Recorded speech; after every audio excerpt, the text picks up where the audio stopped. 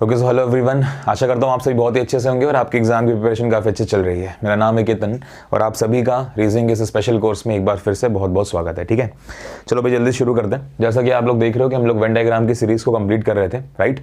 और इससे पहले 2 लेक्चर्स जो हैं वो अपलोड किए जा चुके हैं वेन डायग्राम पे, और आज जो आप देखने जा रहे हो ये 3rd लेक्चर है, राइट। इसमें हम पढ़ेंगे क्वेश्चन नंबर 41 से लेके क्वेश्चन नंबर 60 तक। ठीक है, मतलब नेक्स्ट जो 20 क्वेश्चन है वेन डायग्राम के इंपॉर्टेंट, वो हम यहाँ पर कवर करने वाले हैं, राइट। चलो स्टार्ट करते हैं फटाफट। सबसे पहला क्वेश्चन आपके सामने है टेनिस फैन, स्टूडेंट्स और प्लेयर्स। ठीक है, तो इसमें हम कैसे वेन डायग्राम को बनाएंगे, तो ध्यान से देखो। टेनिस फैन और स्टूडेंट्स की अगर हम बात करें तो कुछ ऐसे स्टूडेंट्स जरूर होंगे जिनको टेनिस देखना और खेलना दोनों अच्छे लगते हैं। ठीक है, तो अगर ऐसा है तो हम कह सकते हैं कि भाई स्टूडेंट्स और टेनिस प्लेयर में कैसा रिलेशन आएगा, तो सम का रिलेशन आएगा। सारे के सारे जो स्टूडेंट्स हैं उनको टेनिस अच्छी नहीं लगती होगी, ऑब्वियस सी बात है। ठीक है, तो कुछ स्टूडेंट्स जो हैं वो टेनिस प्लेयर जरूर पसंद करते होंगे, तो यहाँ पर क्या हो जाएगा, हमारा सम का केस आएगा। फिर अगर हम बात करें स्टूडेंट और प्लेयर्स की, तो यहाँ पर क्या हो जाएगा कि कुछ ऐसे स्टूडेंट्स जरूर होंगे जो कि क्या होंगे, जो कि प्लेयर्स होंगे, ऑब्वियस ही बात है ना। कई सारे ऐसे स्टूडेंट्स होंगे जो प्लेयर्स होंगे, जैसे आपने देखा होगा अंडर 19 होते हैं, अंडर जो है 16 होते हैं। कुछ प्लेयर्स जो खेलते हैं वो स्कूल में पढ़ भी रहे हैं तो एज अ स्टूडेंट भी वो होते हैं, और साथ ही साथ में क्या है वो गेम्स वगैरह में खेल भी रहे हैं तो एज अ प्लेयर खेलते भी हैं, है ना। तो ये सारी की सारी चीज़ें यहाँ पर आपको समझनी होगी। तो स्टूडेंट और प्लेयर में भी क्या होगा, सम का रिलेशन आता है। और अगर हम बात करें प्लेयर और टेनिस फैन की, तो वो भी हो सकता है। मान लीजिए कि महेंद्र सिंह धोनी, ठीक है, या विराट कोहली, कोई भी है अगर, तो अगर उनको फुटबॉल खेलना अच्छा लगता है या फुटबॉल देखना या टेनिस देखना अच्छा लगता है, तो हम कह सकते हैं ना कि वो टेनिस के फैन है। हम टेनिस के प्लेयर नहीं बोलेंगे, बट टेनिस के फैन तो बोल सकते हैं अगर उनको अच्छा लगता है तो ऐसे कोई ना कोई तो प्लेयर्स बहुत ज़रूरी होंगे जो टेनिस को भी देखना या खेलना पसंद करते होंगे। तो वही चीज़ है यहाँ पे कि अगर हम तीनों में रिलेशन बनाना चाहते हैं तो बेस्ट जो हमारा रिलेशन आएगा वो क्या आएगा, तो टेनिस फैन आप लिखो। ठीक है, टेनिस फैन के साथ आप बना दोगे स्टूडेंट्स और इसके साथ आप रिलेशन बना दोगे प्लेयर्स का। ठीक है, तो ये हमारा यहाँ पर बेस्ट रिलेशन हो जाएगा। उम्मीद करता हूँ समझ में आ रहा है आपको। चलिए, तो 1 2 3 4 और 5, मतलब यहाँ पर क्या है 41 42 43 44 और 45। तो फर्स्ट के लिए आपका ये वाला होगा ऑप्शन, यानी कि 5th वाला। ठीक है, तो फर्स्ट के लिए आपका 5th डायग्राम सही होगा। ठीक है, यहाँ पर ये टोटल 12 डायग्राम्स बने हैं, इन्हीं 12 में से कोई ना कोई एक आपका आंसर होता है। ठीक है, तो उम्मीद करता हूँ कि समझ में आ गया होगा आप लोगों को। चलिए नेक्स्ट बात करेंगे। लिखा हुआ है कॉम्प्लेक्स नंबर, इंटीजर और नेचुरल नंबर्स। ठीक है, तो अब यहाँ पे नंबर सिस्टम से रिलेटेड कुछ बातें होंगी। मैथ्स की यहाँ पर आपको नॉलेज होना थोड़ा सा ज़रूरी है। तो अगर हम बात करें नेचुरल नंबर, कॉम्प्लेक्स नंबर की और इंटीजर की, तो आपने देखा होगा कि जो नेचुरल नंबर्स होते हैं उसमें पॉजिटिव इंटीजर्स जो होते हैं सारे के सारे वो काउंट होते हैं।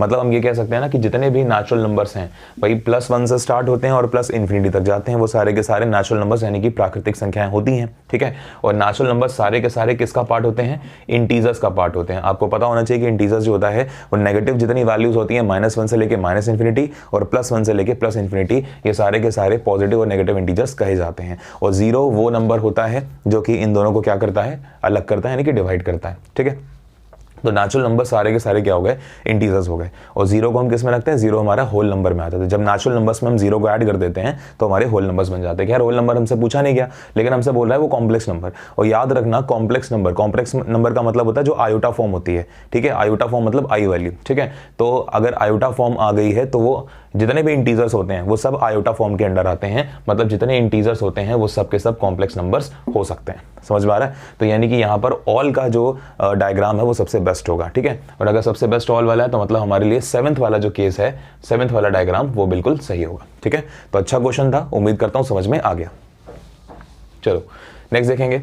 लिखा हुआ है माउस, ठीक है, इनपुट डिवाइस और कंप्यूटर। यहाँ पे माउस चूहे वाला नहीं है, ठीक है, यहाँ पे माउस कंप्यूटर वाले की है। ठीक, तो कंप्यूटर वाला माउस है, ध्यान रखो।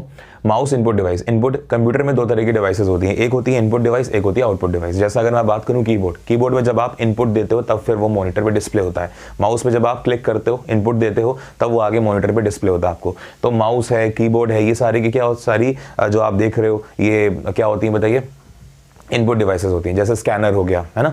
लेकिन अगर हम बात करें प्रिंटर की, तो प्रिंटर एक आउटपुट डिवाइस है ना। जब आप कमांड दे देते हो तो प्रिंटर आपको प्रिंट करके बाहर पेज फेंक देता है, तो वो एक आउटपुट डिवाइस हो गई। तो वही आपको समझना है।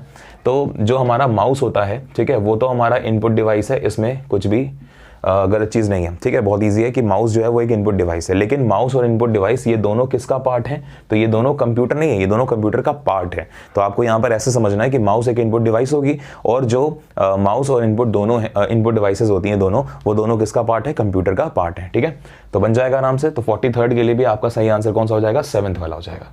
ठीक है, तो 7th केस आपका सही है। क्लियर। फिर देखो नेक्स्ट लिखा हुआ है प्रिंटर, स्कैनर और आउटपुट डिवाइस। इस बार आउटपुट डिवाइस की बात हो गई। तो मैंने भी आपको बताया कि जो प्रिंटर होता है वो एक आउटपुट डिवाइस है ना। आउटपुट डिवाइस कौन है? प्रिंटर है, प्लॉटर है, ये सब आउटपुट डिवाइसेस हो गए, है ना। और अगर हम बात करें किसकी, स्कैनर की, तो स्कैनर क्या हो गया, ये हमारा इनपुट डिवाइस होता है, इसलिए स्कैनर क्या हो जाएगा, डिफरेंट हो जाएगा। समझ में आ रहा है। तो प्रिंटर एक आउटपुट डिवाइस होगी, लेकिन स्कैनर एक इनपुट होती है, तो इसलिए अलग से होगी। तो ये वाला आपका सही होगा। और अगर ये सही है तो डायग्राम कौन सा वाला आ जाएगा, 3rd नंबर वाला। ठीक है, तो 3rd हमारा यहाँ पे आंसर है, यानी कि 4th के लिए मेरा 3rd डायग्राम सही हो जाएगा। क्लियर है।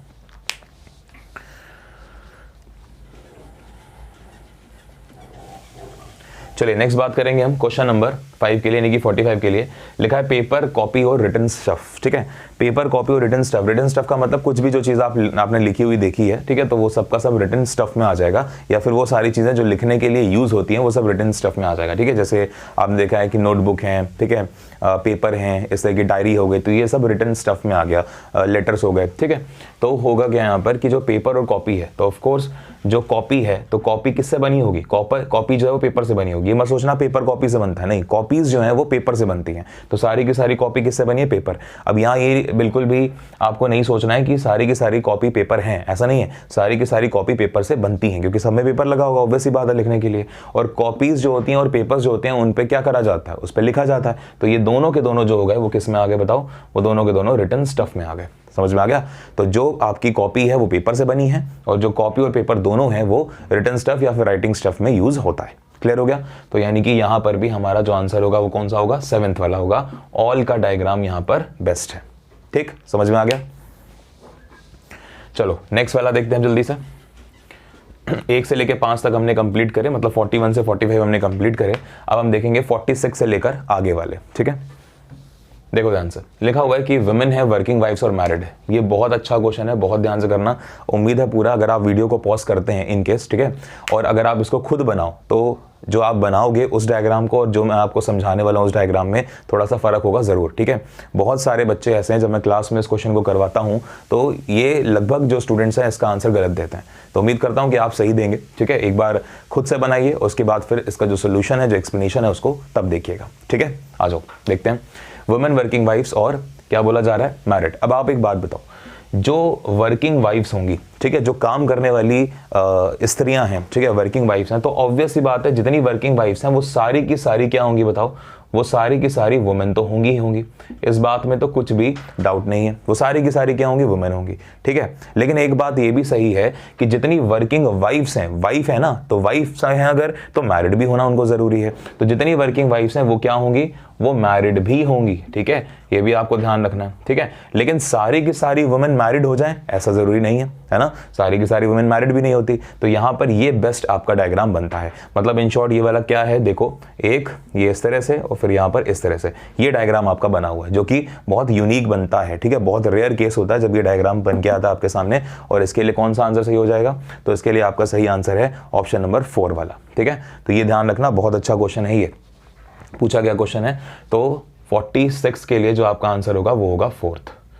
क्लियर होगा सबको। चलो अब हम लोग देखेंगे नेक्स्ट, जो कि है 47th।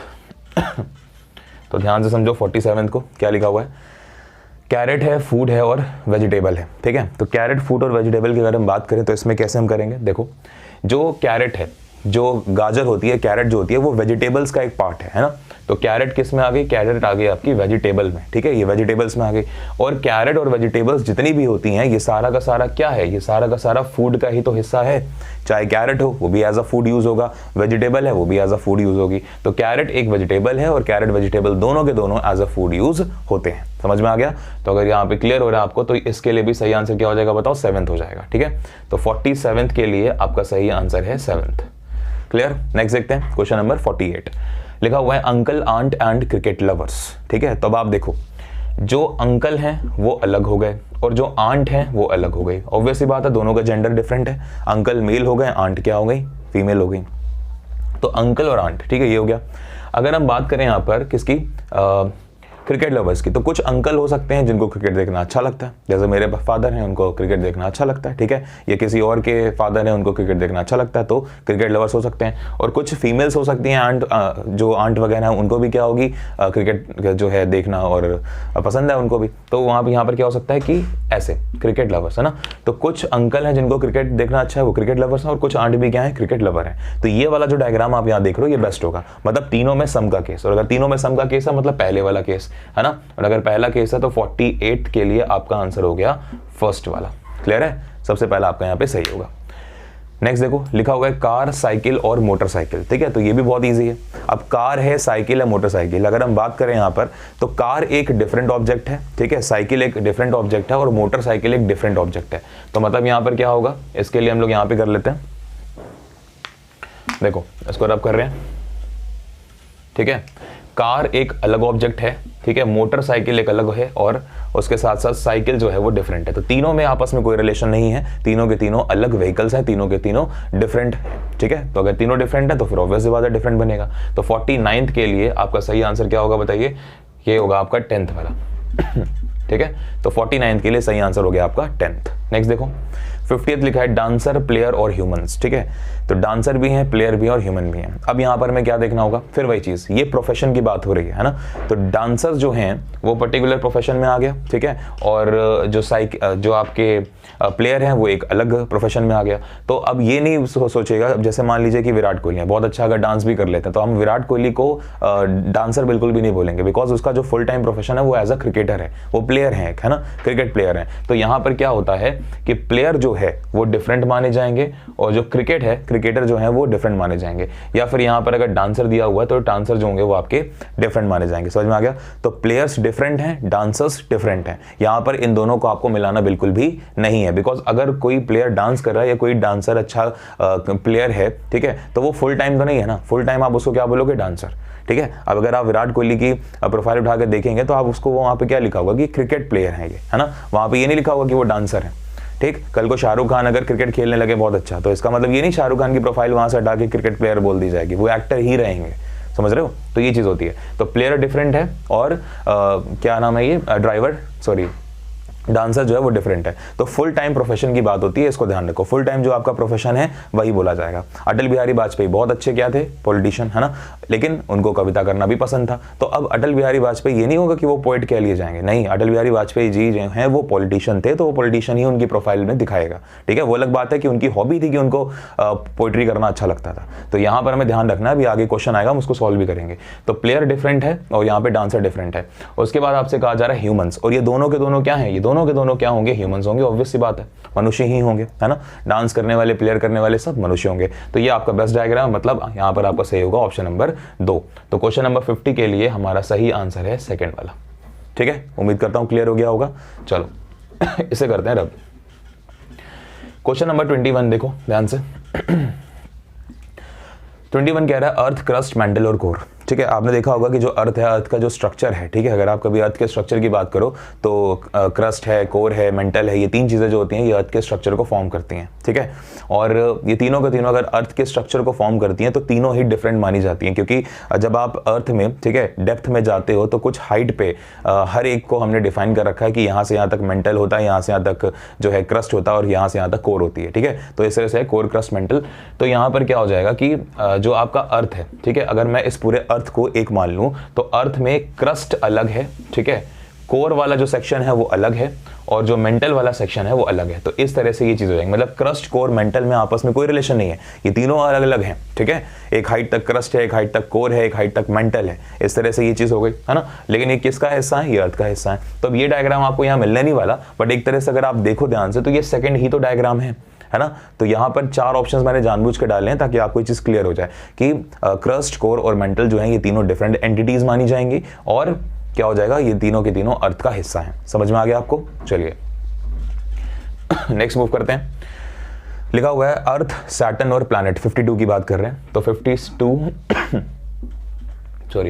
54 और 55 चारों एक साथ देखेंगे। अर्थ, सैटर्न और प्लैनेट। आपको पता है अर्थ एक अलग प्लैनेट है ना, ब्लू प्लैनेट कहा जाता है अर्थ को। सैटर्न एक अलग प्लैनेट है और इन दोनों का आपस में कोई रिश्ता नहीं, यानी कि अर्थ अलग है, सैटर्न अलग है और दोनों के दोनों किसका हिस्सा, तो दोनों के दोनों प्लैनेट्स का हिस्सा है। तो बहुत ईजी है, ये वाला क्वेश्चन भी आराम से कर लोगे आप, ठीक है। तो ये वाला सही है, मतलब इसके लिए ऑप्शन नंबर आपका सेकंड सही हो जाएगा। क्लियर। नेक्स्ट देखिए लिखा हुआ है 53rd, लॉयर है, टीचर है और टी ड्रिंकर है। लॉयर, टीचर और टी ड्रिंकर। तो अगर हम यहाँ पर बात करें लॉयर, टीचर और टी ड्रिंकर के लिए, तो अब आप देखो यहाँ पर थोड़ा सा आपको ध्यान रखना है। जब डॉक्टर टीचर आता है तो उसमें भी कंबाइन करा जाता है, जब लॉयर और टीचर आता है तो उसमें भी कंबाइन किया जाता है। अब इसको समझो, जो हमारे लॉ कॉलेजेस होते हैं, जैसे मेडिकल कॉलेजेस में डॉक्टर्स जो होते हैं MBBS MD, वो आगे स्टूडेंट्स को पढ़ाते हैं, तो वो डॉक्टर्स भी हैं और वो एज अ टीचिंग काम भी कर रहे हैं, है ना, एज अ टीचर। ऐसे ही लॉ कॉलेजेस जो होते हैं वहां पर जो लॉयर्स हैं, ठीक है, वहां पे यूजुअली क्या होता है, जिन्होंने लॉ कर रखी होती है, जो लॉयर्स होते हैं, भले वो प्रैक्टिस नहीं कर रहे हैं, है ना, वो एज अ लीगल केसेस को नहीं वो प्रैक्टिस कर रहे हैं, नहीं लड़ रहे हैं, तो भी क्या हुआ, लॉयर तो कहे जाएंगे, है ना। तो वो क्या करते हैं, वो टीच करते हैं लॉ कॉलेजेस में। तो डॉक्टर टीचर और लॉयर टीचर, बस ये ध्यान रखना, इन दोनों में सम का केस होता है। बाकी जितने भी प्रोफेशन है वो सबके सब डिफरेंट माने जाते हैं। समझ में आ गया। तो मैं कह सकता हूं कि जो लॉयर्स हैं कुछ, वो क्या हो जाएंगे, टीचर्स हैं। सभी के सभी लॉयर टीचिंग नहीं करते हैं बाकी जो होते हैं कोर्ट में प्रैक्टिस करते हैं। तो लॉयर्स और टीचर्स में सम आ गया। और फिर कह रहे हैं टी ड्रिंकर्स, कुछ लॉयर होंगे जिनको टी पसंद होगी पीना, है ना, और कुछ ऐसे टीचर्स भी होंगे जिनको चाय पीना पसंद होगा। और ऐसा भी हो सकता है कि कोई ऐसा टीचर हो जो लॉ कॉलेज में पढ़ाता है, लॉयर है वो, और उसको भी चाय पीना पसंद है। तो ऐसी कंडीशन में टी ड्रिंकर ये तीनों के तीनों साथ में बनेंगे, ठीक है। और अगर तीनों साथ में बनेंगे तो सही आंसर क्या होगा हमारा, बताइए, फिफ्थ वाला हमारा सही होगा। मतलब 53rd के लिए the correct answer is fifth वाला। क्लियर है। चलो नेक्स्ट देखते हैं। एक्टर है, मेल और एडवोकेट है। अब ये फिर इंपॉर्टेंट है, देखो, एक्टर, मेल और एडवोकेट। अगर मैं बात करूं मेल्स की, तो क्या सारे के सारे मेल एक्टर होते हैं? नहीं, ठीक है। तो सारे के सारे मेल एक्टर नहीं है, लेकिन कुछ तो मेल एक्टर होते होंगे, ये बात बिल्कुल ठीक है। क्या आपने ये सुना कि कुछ एक्टर एडवोकेट हो? ऐसा भी नहीं है। कल को शाहरुख खान अगर मान लीजिए कि लॉ की डिग्री ले लेते हैं, है ना, तो अगर लॉ की डिग्री ले लेते हैं तो ऐसे केसेस, अब जरा आप अज्यूम करो, क्या पूरी दुनिया में ऐसे केसेस थोड़े से होंगे या ज्यादा से होंगे? थोड़े से ही होंगे, ऑब्वियस सी बात है ना। तो जो थोड़ी सी होती हैं चीजें, उनको हम इग्नोर कर सकते हैं। मेजॉरिटी के बेसिस पे हम अपना वेन डायग्राम बनाते हैं। मेजॉरिटी लोग जो एक्टर्स होंगे वो तो लॉ की डिग्री नहीं लेने वाले, ऑब्वियस सी बात है, ना उन्होंने ली है। तो अब जैसे आपने देखा है कि शाहरुख खान के पास इस समय PhD है, मतलब डॉक्टर की, उनको डॉक्टरेट की उपाधि दे दी गई है। तो अब डॉक्टरेट है तो अपने नाम के आगे डॉक्टरेट भले लिख दें, लेकिन यहाँ पर अगर मुझे वेन डायग्राम बनाना हो एक्टर और डॉक्टर में, तो मैं एक्टर को अलग करूंगा, डॉक्टर को अलग करूंगा। सिंपल सी बात है, क्योंकि दोनों के दोनों प्रोफेशंस डिफरेंट माने जाते हैं मेजर लेवल पे, ठीक है। तो ऐसे यहाँ पर है, एक्टर डिफरेंट हो जाएगा, और जो एडवोकेट है, कुछ एडवोकेट क्या होंगे, मेल होंगे, बाकी जो एडवोकेट है वो फीमेल्स होंगे, क्योंकि एडवोकेट जो है वो एक कॉमन जेंडर है ना। तो ऐसी कंडीशन में ये वाला डायग्राम सही बनेगा। मतलब कुछ मेल जो है वो एडवोकेट्स होंगे, कुछ मेल्स क्या होंगे, एक्टर्स, बाकी के मेल्स में कोई टीचर है, कोई डॉक्टर है, कोई लॉयर है, कोई कुछ है, ठीक है। और ऐसा मत कर देना कि एडवोकेट और एक्टर को मिला दो, क्योंकि कोई भी एडवोकेट एक्टर नहीं होगा, कोई भी एक्टर एडवोकेट नहीं होगा, बिकॉज डिफरेंट प्रोफेशंस हैं। ये सिर्फ पॉसिबिलिटी दो जगह होती है, डॉक्टर टीचर के केस में, लॉयर और टीचर के केस में, क्योंकि मेडिकल कॉलेजेस में डॉक्टर्स पढ़ाते हैं और लॉ कॉलेजेस में जो एडवोकेट्स होते हैं, लॉयर्स जो होते हैं, वो भी पढ़ाते हैं, ठीक है। इसलिए तो ये क्लियर हो गया। तो यहाँ पे सही जो बनेगा आपका वो बनेगा फर्स्ट वाला। तो 54th का सही आंसर है फर्स्ट। क्लियर है। नेक्स्ट देखो 55, स्टूडेंट है, बैडमिंटन प्लेयर हैं और गर्ल है, ठीक है। स्टूडेंट, बैडमिंटन प्लेयर और गर्ल। तो अगर यहाँ पे हम बात करें तो कैसे बनेगा, जो स्टूडेंट हैं, कुछ हो सकता है कि उनको बैडमिंटन अच्छा लगता है खेलना, वो बैडमिंटन प्लेयर्स हैं, तो स्टूडेंट बैडमिंटन प्लेयर हो गए, वही चीज़, ठीक है। और कुछ स्टूडेंट हो सकती हैं जो कि गर्ल्स भी हों, बिल्कुल सही बात है, कुछ स्टूडेंट गर्ल्स होंगी, और ऐसा भी हो सकता है कुछ गर्ल्स क्या हों, बैडमिंटन प्लेयर्स हों। तो इन तीनों में कॉमन सेक्शन आएगा ही आएगा। और ऐसे बिल्कुल पॉसिबल है कि कुछ ऐसी गर्ल्स हैं जिनको बैडमिंटन खेलना अच्छा लगता है और वो स्टूडेंट तो है ही हैं, ठीक है। तो यानी कि बेस्ट आंसर यहाँ पर क्या हो जाएगा, तो बेस्ट आंसर होगा आपका यहाँ पे 5th नंबर, यानी कि 5th वाला, ठीक है। तो ये वाला भी पॉइंट भी क्लियर हो गया। मतलब यहाँ पर हमने 55 तक कर लिया। नेक्स्ट देखो, क्वेश्चन नंबर 56 से स्टार्ट करेंगे। 56 देखो, लिखा हुआ है इंटेलेक्चुअल पावर और एंजाइटी। इंटेलेक्चुअल को हम हिंदी में क्या कहते हैं, जो बौद्धिक संपदा होती है ना, आपके जो एक मानसिक क्षमता है किसी चीज़ को सोचने की, किसी रिएक्शन के, किसी एक्शन के ऊपर रिएक्शन को देने की, तो वो सब आपकी इंटेलेक्चुअल प्रॉपर्टीज में आती है। जैसे रीजनिंग है, रीजनिंग आपका एक इंटेलेक्चुअल सब्जेक्ट है ना। दूसरी बात अगर हम करें तो पावर का मतलब क्या होता है, शक्ति, ठीक है। पावर आपकी स्ट्रेंथ की बेसिस पे, शक्ति की बेसिस पे बात हो रही है। एंजाइटी का मतलब घबराहट है। तो ये तीनों की तीनों चीजें एकदम डिफरेंट है ना तो कोई इंटेलेक्चुअल जो है एंजाइटी से किस तरह से रिलेटेड है, और ना ही एंजाइटी पावर से रिलेटेड है। तो तीनों के तीनों डिफरेंट है, और ये SSC में पूछा गया क्वेश्चन है, ठीक है। तो तीनों जब डिफरेंट हैं तो सही आंसर यहाँ पर क्या होगा आपका 10th वाला। तो 56 के लिए करेक्ट आंसर होगा आपका 10th वाला। क्लियर है, intellectual power and anxiety. Next देखो 57 की बात करते हैं। लिखा हुआ है मिनट्स, डेज एंड मंथ्स, ठीक है, मिनट है, डेज है और मंथ है। तो यहाँ पर क्या करेंगे, देखो ऑब्वियस सी बात है, मिनट्स जो होंगे वो मिलके क्या बना देंगे, डेज बना देंगे। जब कई सारे मिनट्स मिल जाएंगे तो डेज बनेगा, ऑब्वियस सी बात है ना। उसके बाद डेज कई सारे मिल जाएंगे तो फिर क्या बना देंगे, मंथ्स बना देंगे। मतलब मिनट्स मिलके डेज बनाते हैं, डेज मिलके मंथ्स बनाते हैं। तो ऑब्वियस बात है, मंथ्स मिलके ईयर्स बनाएंगे, ईयर्स मिलके सेंचुरी बनाएंगे। तो इस तरह से चलता रहता है, सेंचुरी मिलके कैलेंडर को फॉर्म करेंगे। तो ये पूरा एक रहता है। तो ये तीनों सही है, मतलब ऑल का डायग्राम आएगा। तो क्वेश्चन नंबर 57 के लिए आपका सही आंसर क्या होगा, 7th नंबर, ठीक है, 7th नंबर 57 का सही आंसर हो जाएगा। नेक्स्ट देखो 58, मेल हैं, पोइट्स हैं और पोइटेस हैं। अब ये क्वेश्चन अच्छा है, ध्यान से देखो, male, poet and poetess. Poets को जो है वो कवि कहे जाते हैं और पोइटेस जो होती हैं वो कवित्री होती हैं, है ना। तो मेल, अब जितने भी पोइट हैं, ऑब्वियस सी बात है, पोइट जो होते हैं वो मेल जेंडर को शो कर रहे हैं। तो जितने भी पोइट्स हैं वो सारे के सारे मेल हैं, ऑब्वियस सी बात है, ठीक है। लेकिन पोइटेस जो हैं वो एक फीमेल जेंडर है। तो जितनी पोइटेस हैं वो अलग हो गई पोइट से, और मेल्स तो हो ही नहीं सकती, वो तो फीमेल्स है ना। तो बेस्ट डायग्राम क्या होगा, ये वाला, ठीक है, कि सारे के सारे पोइट मेल होंगे और पोइटेस क्या हो जाएंगी, डिफरेंट हो जाएंगी। तो अगर ऐसा है तो देखिए कौन सा डायग्राम आपका सही हो सकता है। तो यहाँ पर जो सही डायग्राम होगा आपका वो होगा ये वाला, यानी कि 3rd नंबर, ठीक है। तो 3rd आपका यहाँ पे डायग्राम सही है, मतलब 58 के लिए सही आंसर है आपका 3rd। क्लियर हो गया। तो ये क्लियर है अगर आपको, तो इसको रब करते हैं जल्दी से। नेक्स्ट देखो, चलिए नेक्स्ट क्वेश्चन देखेंगे हम लोग जल्दी से। लिखा हुआ है फीमेल हैं, पॉलिटिशियंस हैं और पोइट्स हैं, ठीक है। अब फीमेल आ गई, पॉलिटिशियंस आ गए और पोइट्स आ गए। तो ये थोड़ा सा अच्छा क्वेश्चन है, ध्यान से देखो। अगर हम बात करें फीमेल्स की, ठीक है, तो कुछ ऐसी फीमेल्स जरूर होंगी जो कि कौन होंगी, पॉलिटिशियंस। तो कुछ फीमेल क्या होंगी, पॉलिटिशियंस होगी। भाई सारी की सारी, अच्छा पॉलिटिशियन जो एक वर्ड है वो कॉमन वर्ड है, मतलब दोनों जेंडर्स के लिए समान रूप से यूज किया जा सकता है। तो कुछ ही फीमेल्स होंगे ना जो पॉलिटिशियंस होंगी, जैसे इंदिरा गांधी जी हैं, है ना, उमा भारती हैं, मायावती जी हैं। तो ये जितने भी हैं आप देख रहे हो, ये सारी की सारी फीमेल्स क्या हैं, ये पॉलिटिशियंस हैं, ठीक है। उसके बाद अगर हम बात करें पोइट्स की, तो अब कोई भी फीमेल पोइट नहीं हो सकती कभी भी, है ना। कोई भी फीमेल कभी भी पोइट नहीं हो सकती, बिकॉज पोइट नाम का जो वर्ड है ये मेल जेंडर को शो करता है। अगर किसी फीमेल को पोइट, तो वो पोइटेस होगी, है ना। अगर वो पोइट्री करती है तो वो पोइटेस हुई, यानी कि कवित्री हुई। तो ऑब्वियस सी बात क्या है, ऑब्वियस सी बात यहाँ पर ये है कि अगर कोई पोइट है तो वो यहाँ से डिफरेंट बनेगा, पहली बात, मतलब फीमेल नहीं हो सकता वो, ठीक है। पोइट जो है कोई भी फीमेल नहीं हो सकता। अब क्या कोई पोइट पॉलिटिशियन हो सकता है, तो यहाँ पर भी अब आपको ध्यान रखना, मैंने अभी आपको एग्जांपल दिया अटल बिहारी वाजपेयी जी का, सॉरी। तो अटल बिहारी वाजपेयी जो पूर्व प्रधानमंत्री रहे भारत के, ठीक है, तो वो भले ही उनको कविता करना अच्छा लगता है, लेकिन अगर आज उनकी आप प्रोफाइल देखो, उनकी बायोग्राफी को देखो, तो उसमें क्या लिखा होगा, वो उसमें लिखा होगा कि वो एक पॉलिटिशियन थे अच्छे, है ना, और ही लाइक्स पोइट्री, है ना, उनको कविता करना अच्छा लगता था, वो उनकी हॉबी थी। लेकिन ये नहीं होगा कि Atal Bihari Vajpayee was a poet, ये नहीं बोला जाएगा कभी भी, ठीक है। तो उनका फुल टाइम प्रोफेशन क्या था, वो एक पॉलिटिशियन थे, ठीक है, वो एक राजनीतिज्ञ थे। तो इसको ध्यान रखना है हमें। तो कोई कभी भी पोइट को और पॉलिटिशियन को साथ में मत में जाना, ठीक है। तो फुल टाइम प्रोफेशन हमेशा देखा जाता है, इसको ध्यान रखिएगा, ओके। तो अगर ये चीज़ आपको समझ में आ रही है तो मतलब सही आंसर क्या होगा हमारा, 9 नंबर। तो इसके लिए 59th के लिए मेरा जो सही आंसर होगा वो होगा 9th नंबर। क्लियर है। तो थोड़ा सा प्रैक्टिकल होके, प्रैक्टिकल अप्रोच को फॉलो करते हुए हमें चीज़ों को सॉल्व करना है, ठीक है। भावनाओं में बिल्कुल नहीं बहना, सेंटिमेंट्स में नहीं बहना है, ठीक है। चलो नेक्स्ट लास्ट वाला क्वेश्चन नंबर 60, बहुत इजी है ये तो, 60th वाला। लिखा हुआ है ग्राम है, टाउन है और स्टेट है, ठीक है। यहाँ ग्राम वेट वाला नहीं है, यहाँ ग्राम का मतलब गांव के सेंस में आ रहा है। तो जो ग्राम होता है ना, ग्राम से कई सारे ग्राम मिलके एक कस्बे को बनाते हैं, तो वो टाउन बनाते हैं, है ना। कई सारे ग्राम जो होते हैं वो टाउन को बनाते हैं, और कई सारे जो टाउन्स होते हैं, ठीक है, वो सारे मिलके क्या बना देंगे बताओ, वो सारे के सारे मिलके स्टेट बना देंगे। मतलब ऑल का रिलेशन होगा एक तरह से। तो अगर ऑल का रिलेशन होगा तो सही आंसर कौन सा होगा, 7th नंबर। तो इसके लिए सही आंसर है आपका 7th नंबर, ठीक है।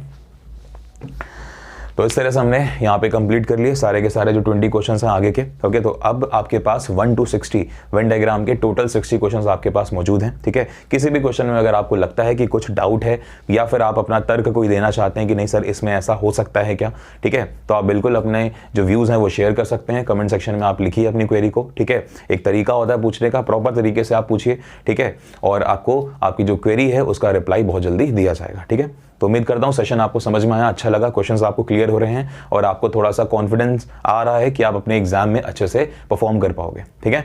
तो भाई बने रहिए, ठीक है, पढ़ते रहिए अच्छे से। Good luck, have a nice day.